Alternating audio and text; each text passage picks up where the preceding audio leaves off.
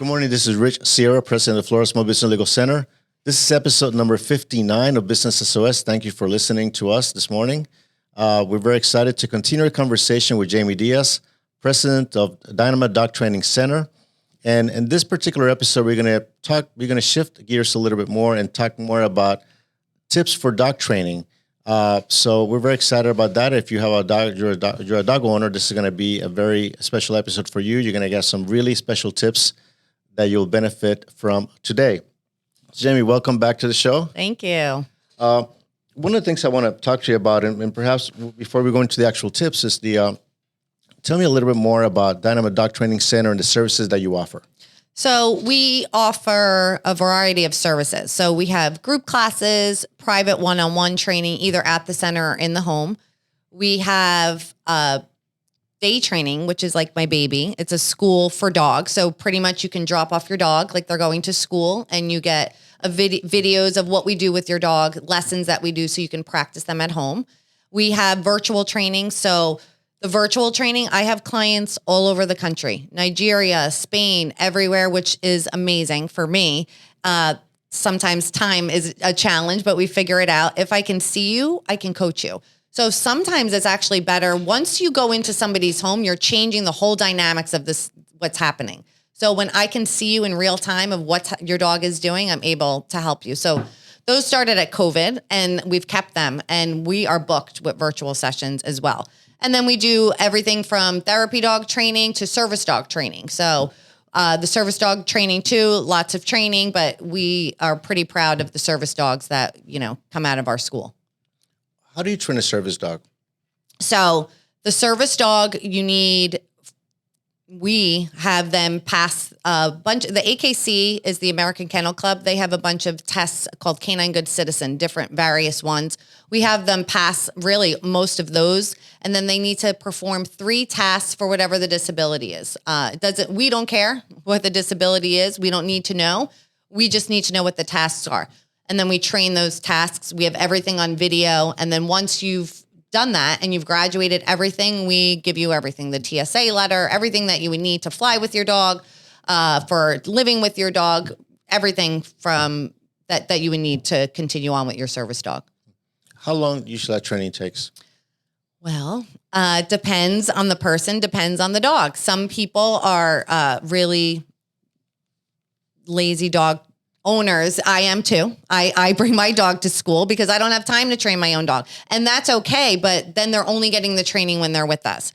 Some people are really into it. They practice every single day. I have clients that are 5 times a day. They're practicing with their dog. They get there a lot faster. So there's no time. Sometimes you just have that amazing dog that has no problem behaviors. They don't jump, they don't pull on the leash, so we don't have to fix all of those issues. So it really depends on the person, how much work they want to do. If they don't want to do the work, if you're like, I need this service dog and you're really busy, doing your stuff, we can do it. It just might take a little bit longer. Something that we didn't mention in the last episode, describe your facilities and the type of facilities that you have for dog training. So we have, they're all different. So we have everything from a storefront. My place in Jupiter is a freestanding building on an acre. So that's very different. We have a huge field. Deerfield's in the warehouse, and then Delray is in the storefront. They're all very different, but have the same kind of thing. The dogs have to be crate trained. So we have, safe crates for all the dogs because they need a break during school. And then we have a huge 2 to 3 training rooms at every facility. So we could do the one-on-one training, we can do the group training, and they're all pretty built the same way, wherever they are. Whether it's a storefront or freestanding, we just need the space to train safely, and then the dogs do need to be crate trained to take a break during the day. Well, so how many, in any given, you've been in business now for 15 years, correct? Which is a big accomplishment. Congratulations. Thank you. And say in a yearly basis, how many dogs go through your school? So we have about 30 to 60 dogs at each facility daily. How many dogs? Probably thousands. I mean, we have a lot of dogs coming through. A lot of people are nervous about leaving their dogs, which I get, but once they see what we do, they love it. And we do offer also a free day for people to try it out. So if you get a puppy, you want to see what it's all about, come to us, take it to us, and you'll see what we do. Every dog that comes to us, you get video report cards of what we're doing. So it's great that I'm training your dog, but you need to know what to do. So I think that's what clients love the most is they get 10 videos every time their dog is there on how to train your dog. That is awesome. That is great service.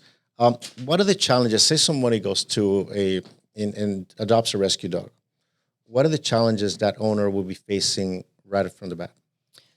So what I see the challenges are is everybody loves their dogs, but they don't put a routine in right away. So I think crate training is mandatory for dogs to have that safe space and to be able to take a break when they need to. And I think when rescue dogs come in, they just feel so bad for them that there's no routine. They're allowed to do whatever they want. And then they wind up having all of these training issues because they did not put that routine in place right from the beginning.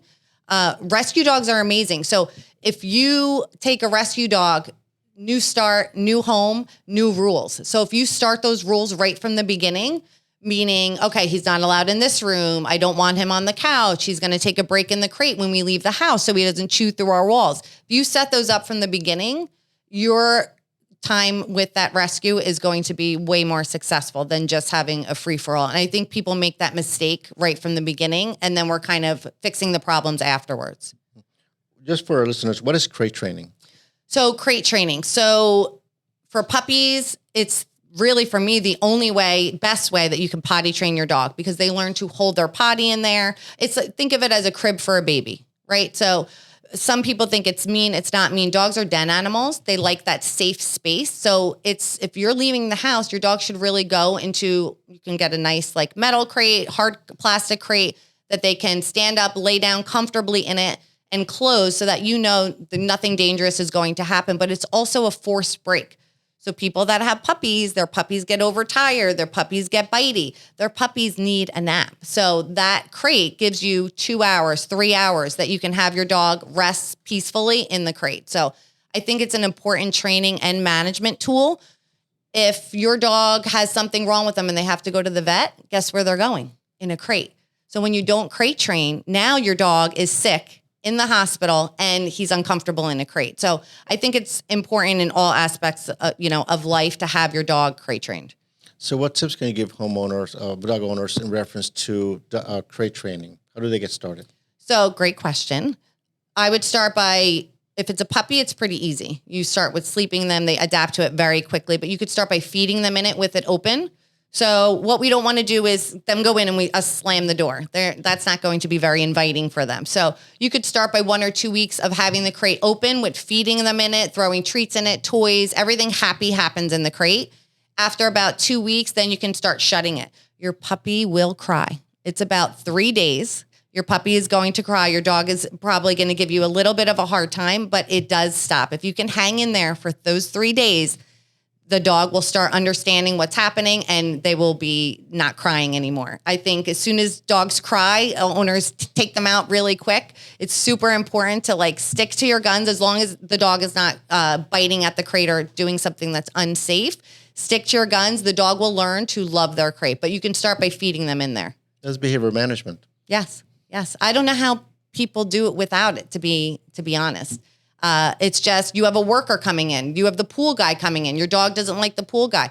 Put him away. Put him in the crate. There's no reason your dog has to like the electrician, right? Put him away safely. And you don't want a accidental bite to happen. Dogs bite when they're scared. So take them out of that scary situation and utilize the crate.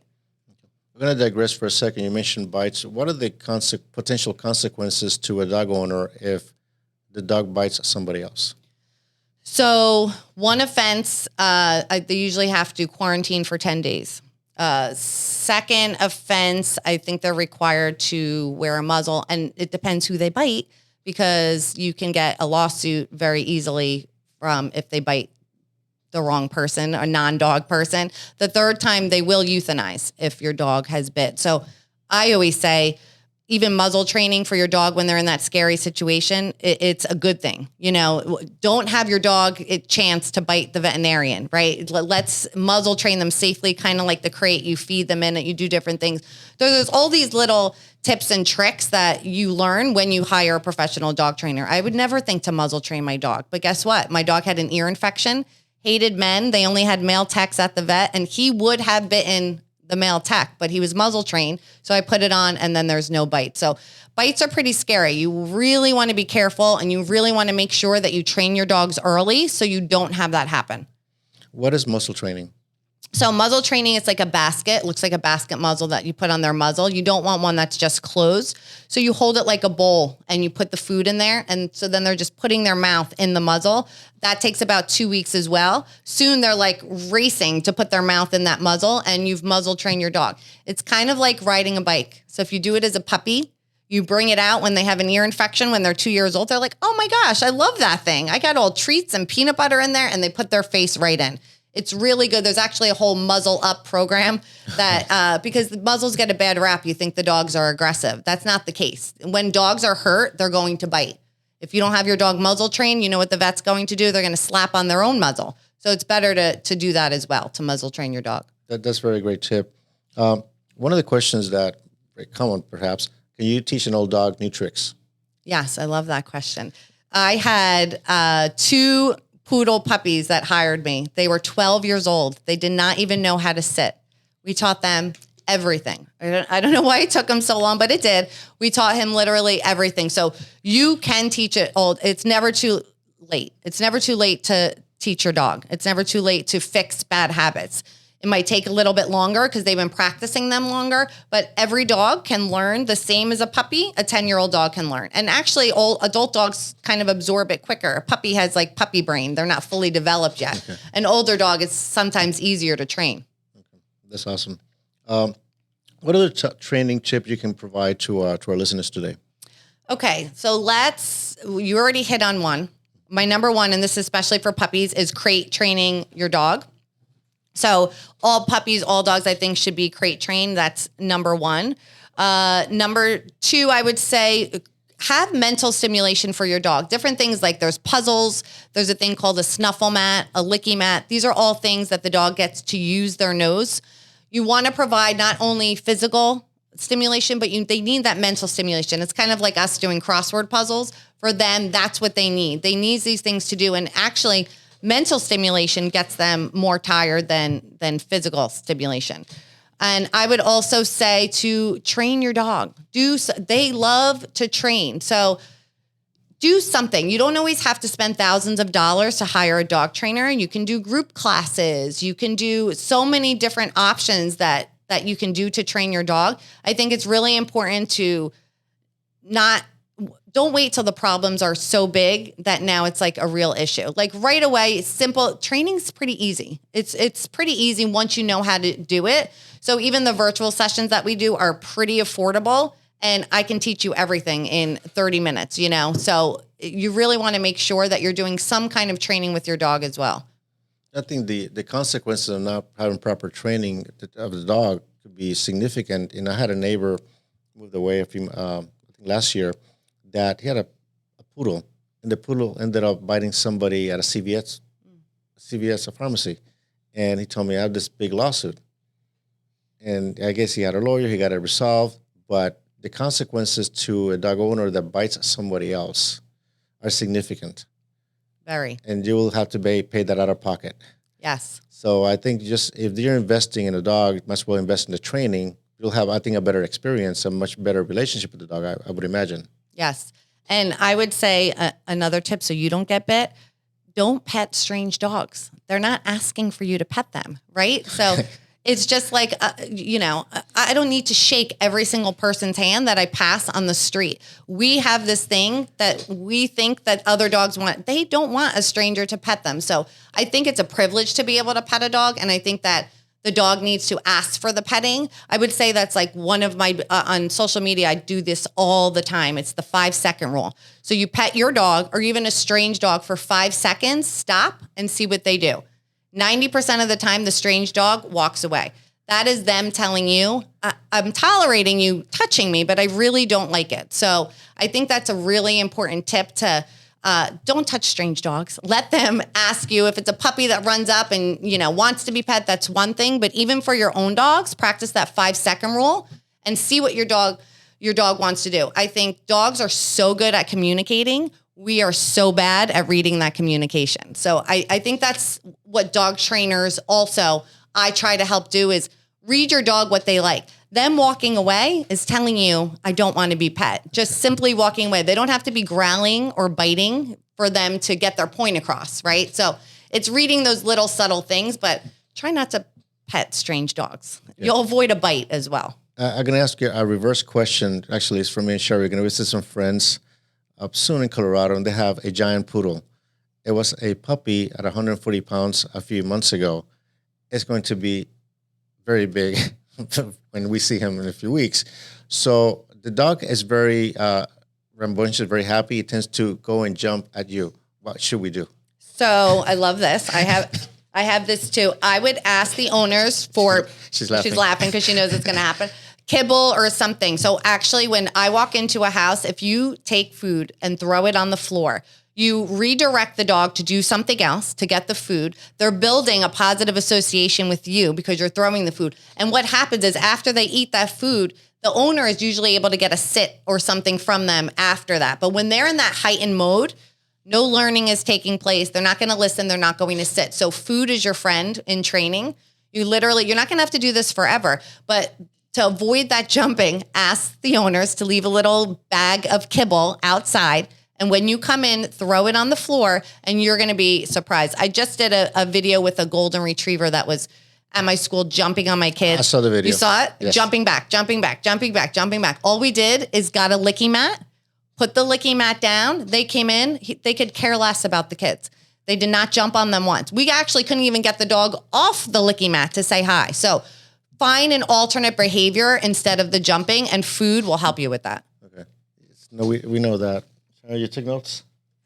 I usually tell if you would just listen to the professionals sometimes, right? I tell people, I promise you this problem will be fixed. Listen first, and then you can do things like training, go to your place, stay. But a lot of dogs are not ready for that. So have them leave some kibble outside for you. So it's like redirection. Yes. Okay. Yes. There's management and there's training, right? In that moment, he's not going to sit. He's not going to do anything. So let's give him an alternate behavior so he doesn't practice jumping on you.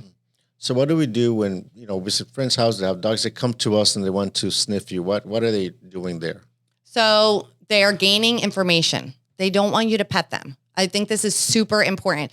We used to put out our hand, right? That is a great way to get bit. Do not put your hand out to sniff the dog. You're invading their space. So if a dog just comes up to sniff you, just sit there. They just want to sniff you. I do a lot of training at a shelter, and every dog that comes in, every shelter dog that comes in, we let them off the leash and there's, people around. The dog goes up to every single person and sniffs them.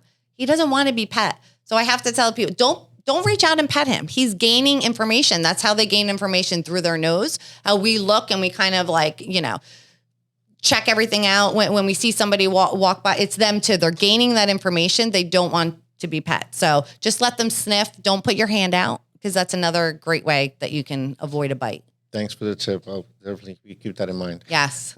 Protection. The one thing that we talked about before is about the importance of patience and persistence during training. Yeah. I have a ton of patience. We all have I have patience with other dogs, right? With our own dogs, we tend not to have as much patience. There's an emotional thing there. So I don't care if your dog barks at me for 10 minutes. I'm not giving him attention for that. You are going, all right, enough. It's your own dog. It's emotion. So I think it's super important to be patient when you're teaching your dog. And usually it's the teacher. Once you know what, Rich, if you put your hand down a little bit lower, he's not going to jump up like that. So once you're kind of coached like that, you're able to have success, because it is frustrating when you're trying to get your dog to stay and they just won't stay. Well, your dog doesn't know how to stay. That's why you're not being successful. So I think it's super important to have that patient, take things slow. And if you see that you're not successful with training, reach out to a professional, because we can help you in minutes instead of you struggling for years to try train your dog. But patience is once you're not patient, it's like kids. Once you kind of lose it, nobody's listening, right? That's it. Okay. So one thing you mentioned earlier, that you're basically your training is reinforcement/force-free method. Can you expand a little bit more on that? yes. So force-free positive reinforcement means using what the dogs love to toys, treats, praise to get them to do what you need them to do. So we don't use any chokers, any shock collars, any prong collars. Actually, in a lot of countries, those are banned. Ireland, I think, just banned shock collars. I could be wrong on that, or it could be prong collars. There's a lot of countries, we're kind of behind on that. So when you are looking for a trainer, you want to make sure, I don't want your dog to listen to you by using a device. I want your dog to listen to you because he's listening to you. So I try not to use any kind of devices, including a leash. A leash, you're just managing around your dog, right? You're not actually teaching him anything. So I try not to use I don't use any of those devices. And if a client comes in using them, I kind of explain the science behind it. There's a lot of research studies on the psychological damage that those devices do. So we're pretty proud that our company, our employees, everybody that's associated with Dynamite and Lucky Dog, we're all force-free trainers. That is great. What are the most difficult issues you see with dog training for a new dog owner or somebody who has a dog? I think it's expectations. You might have had a boxer that was so amazing, and you get another boxer from the same breeder, and he's not so amazing. And it's expectations. Deal with what your dog you have, right? So some people want their dogs to be a therapy dog and go to hospitals, but guess what? Your dog doesn't like strangers, so that's not going to happen. So you really have to handle the dog in front of you. They may not be how the dog was your last dog. So you really just want to make sure that your expectations, you're not expecting too much from that dog. And every dog is different, right? Like I said, I got a dog. I was like, oh, he's going to be a therapy dog. He's going to be so great. He was afraid of children. He was afraid of men. And I very quickly had to say that this is not going to be for my dog. My dog is not going to be a therapy dog. People want to take their dogs to Starbucks and the dog is lunging at everybody. Yes, there's training, but just have expectations that your dog may never be able to go to Starbucks.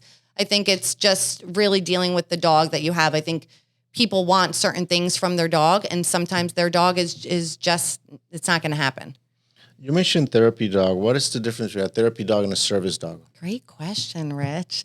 So therapy dog is for other people. Going to hospitals, going to schools. Your dog is providing happiness for other people. Service dog is for whatever disability you have and is task trained. So they can do certain things for you, pick up keys, shut off the light, whatever it is that they are for you. And service dogs typically too should not be pet while they're working, all of that things. Where therapy dog is, they love being pet. So it's very different. People also get confused with emotional support. So they used to be able to fly and stuff like that. That's no longer. So you have to be a service dog to be able to do that, which I think is fair and was the right call for, I think everybody's dog is an emotional support dog, right? Correct, That's why we have them. Yes. So, but that's a good question. People kind of get confused even when they call.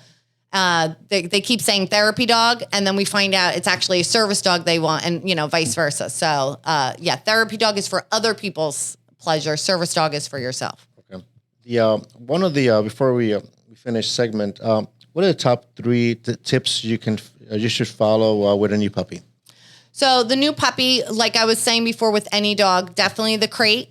I think make sure your dog gets breaks. So I think that's really important. People leave their puppies out all day. They need a nap. I think everybody knows, if you're sitting in the living room and your dog's sitting there, you get up to go to the bathroom. What does your dog do? They come and follow you. That's not a good nap, right? So you want them to be in a crate 2 hours at a time. You can do to make sure that they have that time away.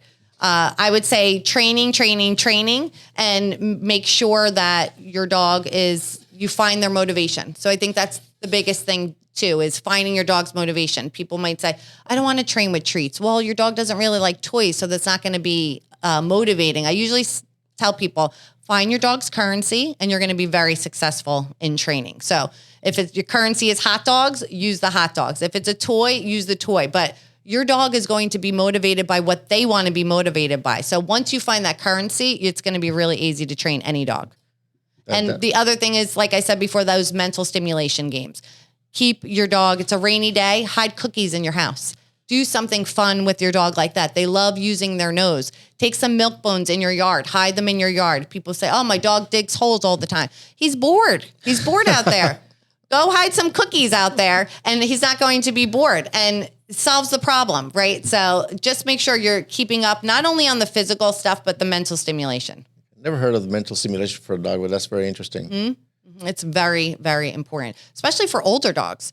Older dogs get to a point, they don't want to go on a walk. Their hips hurt. They don't want to do the walk. So you have to do something with them. So mental stimulation, which is just puzzles, snuffle mats, licky mats, all of that stuff, hiding cookies, fun games like that will get your dog just as tired because they're using their biggest asset, which is their nose. So by using that, they get exhausted. That's why bomb dogs, detection dogs, they can't do 5,000 searches in a row. It's exhausting for them. So you want to make sure you're incorporating that daily into your dog's training day. Well, I'm learning a great deal today. Okay. For sure. You said so. I'll talk dog. Well, I'll be here forever. Right? Yes. I want to make sure that the listeners have an opportunity to look you up. So how can people find you? So they can go to the website, dynamitedogtraining.com or luckydogtrainingclub.com, but also I'm all over social media. A lot of people message me there on Instagram or TikTok. So it's at Dynamite Dog Training, TikTok, Instagram, and Facebook. The email, you can always do sales at dynamitedogtraining.com if you want to email, but we check all the messages everywhere. So we will get to you. And on the website too, there's a contact form that you can put there. And again, if you need help, virtually is a great non-expensive way, that you can get training for your dog. So again, if we can see you, we can coach you. So even little things like this for the puppy, like you said, you didn't know, they make a huge difference in somebody's puppy upbringing, right? Yes. It's a tough year when you get a puppy. So having a professional guide you is so helpful. That is awesome. Thanks for sharing that with us. In our show notes, we're also going to have the Jamie's contact information as well. Awesome. So they're going to show notes. They can be able to link directly to your website and also to your social media. Jamie, thank you very much for staying with us. Certainly, I'm very proud to be your business lawyer. It's been awesome to work with you. Thank you. And you're amazing. Hire Rich if you need a lawyer because he is amazing. He's been by my side for years. So whenever I have an issue, I call him and the advice is always spot on. And I'm very fortunate. So thank you. Thank you. It means a great deal. So I'd like to close the show as I always do. Thank you for listening today. If you want to have more information about Jamie's, dynamitedogtrainingcenter.com. Did I get the website? Dynamitedogtraining.com. Dynamitedogtraining.com. My website is florida.smallbusinesslegalcenter.com. Until next week, this is Rich Sierra. Remember that my goal is to help you succeed.